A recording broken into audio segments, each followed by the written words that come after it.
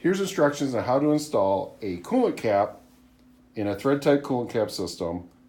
This is a ER system. The instructions are exactly the same for an SX system. First thing you do is you take your nut and your cap and you start it.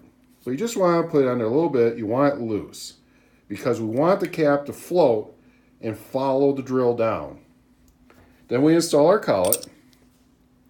Then we put in our drill. Now there's going to be some resistance because of the O-ring. So we want to push our drill in and get it seated all the way down. Now we install it on the chuck.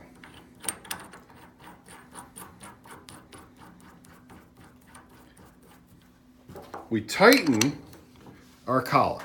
The center's our drill, center's our collet, everything's down. But our cap is still loose. Then we take and tighten our cap down the rest of the way until it's snug. Guess I could do that before I put the wrench on it. There. Now we've assembled it. You don't need to reef this down. It's a right-hand thread, so it's in the direction of rotation, so it's not going to loosen during the cut. So, but by doing it this way, our cap follows the shank down and doesn't push the collet off center, creating a better TAR situation.